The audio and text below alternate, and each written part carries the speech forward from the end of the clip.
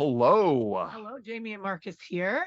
Welcome to episode number 28 of Test of Thyme. Love, passion, and hustle in the restaurant business. Yes. So, And we've been doing it for, our own restaurant for over 20 20 years. years. And you've been in the restaurant business since you were 14 when you 14, started yeah. working, probably. Yeah, 14, So you've been in the restaurant business. You've worked in some really 35, great 36 places. years. Yeah. So you've been Yeah. in some really high-end places. So you learned hospitality really, really young. You started learning hospitality and you worked in the Catskill Mountains during the heyday of the busy. Yeah, the end of the The Borscht Belt end of the era. Borscht Belt era.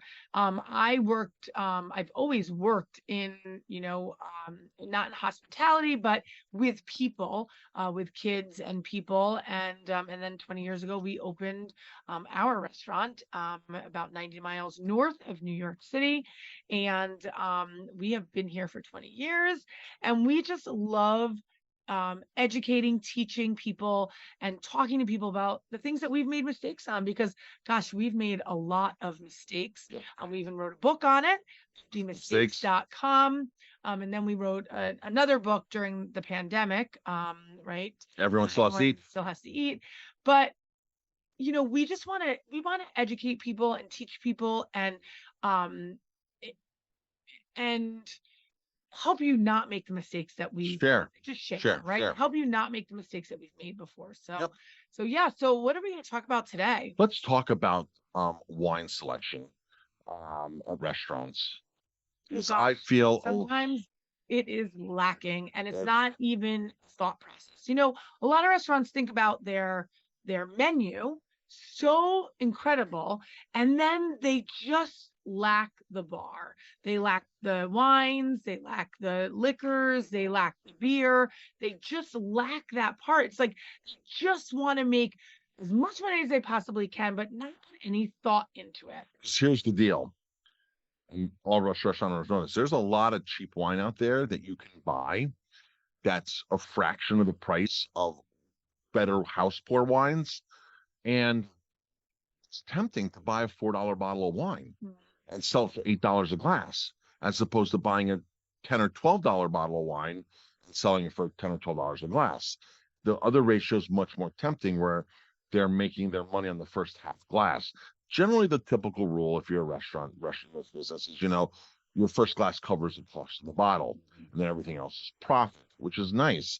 I gotta tell you, everything's so expensive these days. Very expensive. But there's still cheap wine on the market. Sure, it's because they need to move it, they need to sell it, and they're not making. It's just not good wine. It's just not. Some of it's better than others, but I can't stand when I go to a restaurant. I say, I know you paid $3.30 for that wine, And you're charging me $10. $10 or even $14 in one Yeah. case. One Yeah, I saw last year. It's like I was like, this right? It's crazy, mind blowing. Yeah. Here's our experience with this as far as wine. We out a lot. We try to go out and experience as much as we possibly can, and we're always going to different places because we want to see what people are doing. Yep. We want to learn from them as well. And we want a good meal out. Yes. We want to enjoy and relax.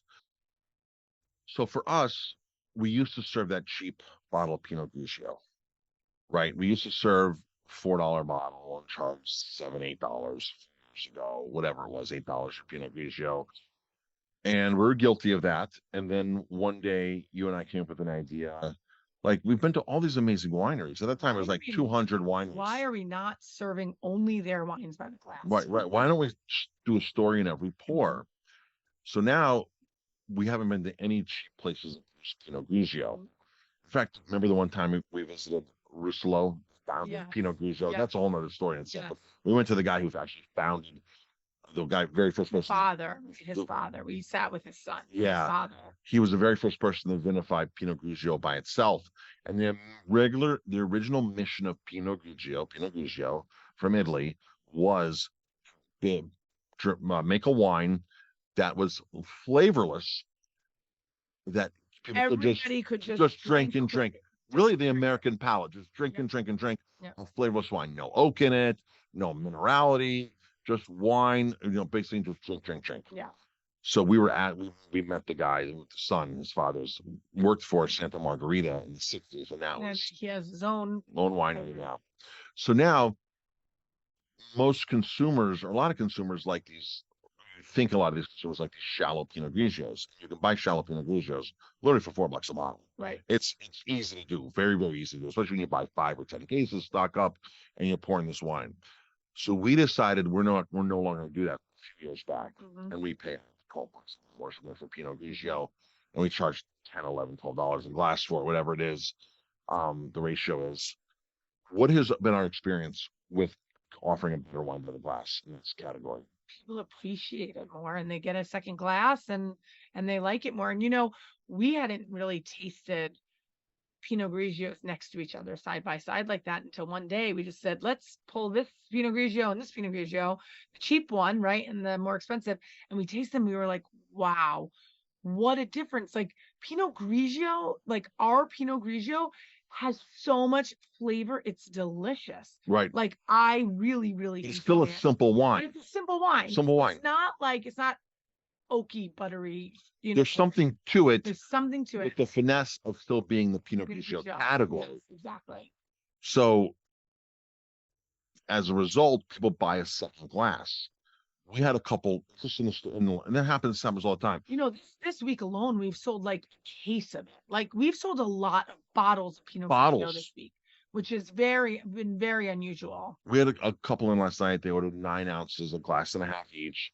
And the husband said, I don't drink Pinot Grigio. And they ordered another glass. And he goes, I normally don't drink Pinot Grigio, but I figured, it's a warm summer day. I wanted something really light. But it's really And he goes, I'm so impressed with this. Like, can I see the bottle? I want to take a picture. I want to go buy some. And they ordered more. He goes, we would not order this much wine. But we go through, since we switched, a lot more Pinot Grigio. Yeah. So the better your product is and the more people enjoy it, the more you're going to sell. What are you going to sell? I mean, that really is the bottom line. And if you don't give them a good product, they're not going to order a second glass. They're going to enjoy it. You literally buy Barefoot Cellars for $3.33 a bottle, or one of those cheap ones.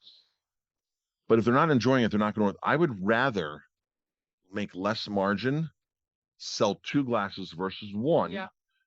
And make the guests super happy where they're taking a picture of the bottle. Where can I get this? Nobody's ever going to take a picture of Barefoot Cellars or one of those other really cheap ones and be like, where can I go rush out and buy Barefoot Cellars or one of these other, where can I go rush out and buy this?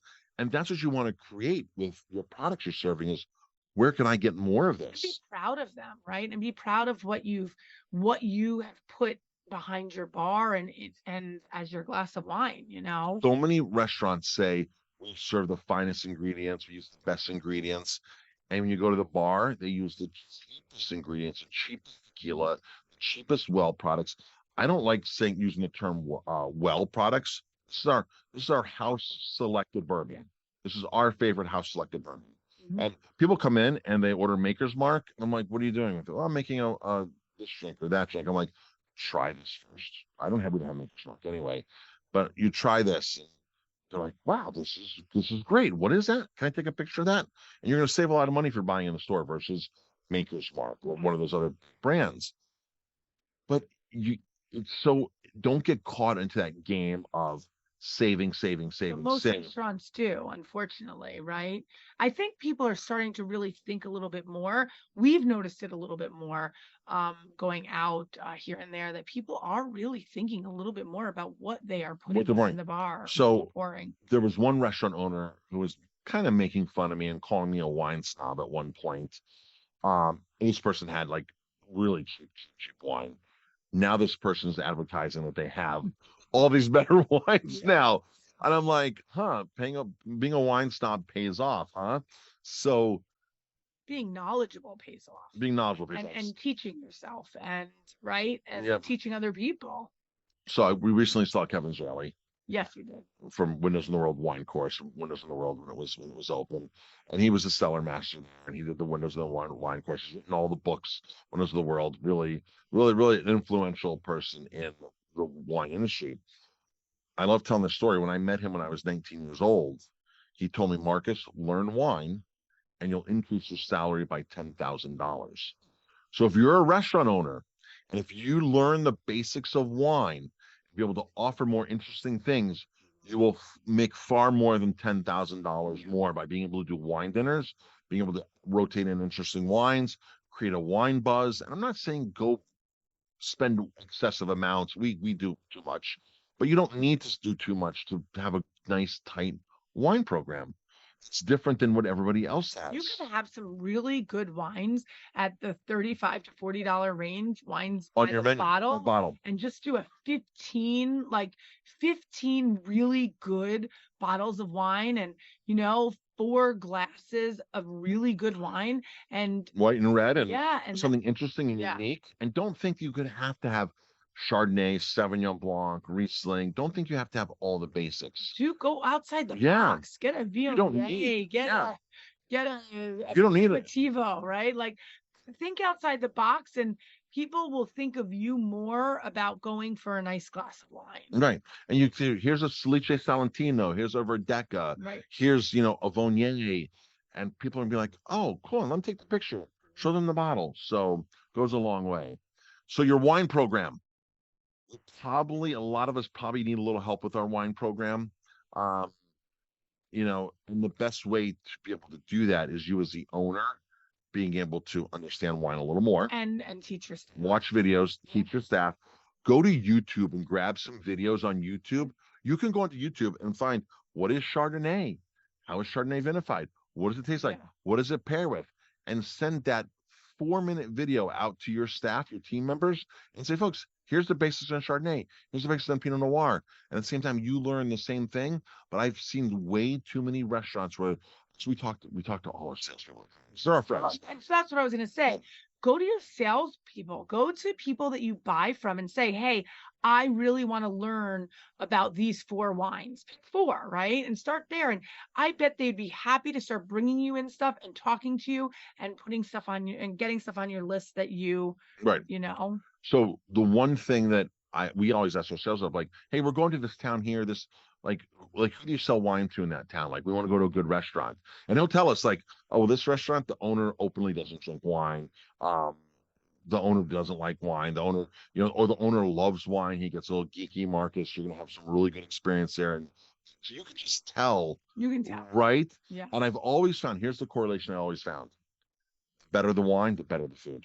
100%. That's a correlation. If you're taking the time to do the things right at the bar, it's even more so in the kitchen. Right. Because you're taking the time to be detail oriented. So. Yeah. And you know that ingredients matter. Absolutely. So step up your wine program, teach your team, have sales reps. You have a lot of videos on restaurant growth secrets, right? So online, so with our restaurant training program, I have 60 videos plus on. They're all 3-minute videos on 2-minute videos, 1 minute. What is Zinfandel? What is Primitivo? What is Nero de Troya?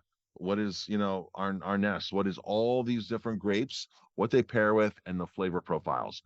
That's in our training platform. And if you subscribe to our training platform for your team, you have this, and you just click the ones you want them to see, and they'll just see 5 videos, 10 videos, or let them experience beyond the normal realm and learn all the other grape profiles. I have kitchen staff that's taking the course on wine. Right.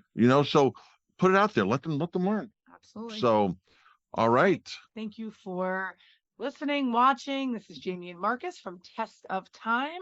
Love, passion, and hustle in the restaurant business. Yep. And more great tips on how to run a restaurant. Go to restaurantgrowthsecretsuniversity.com.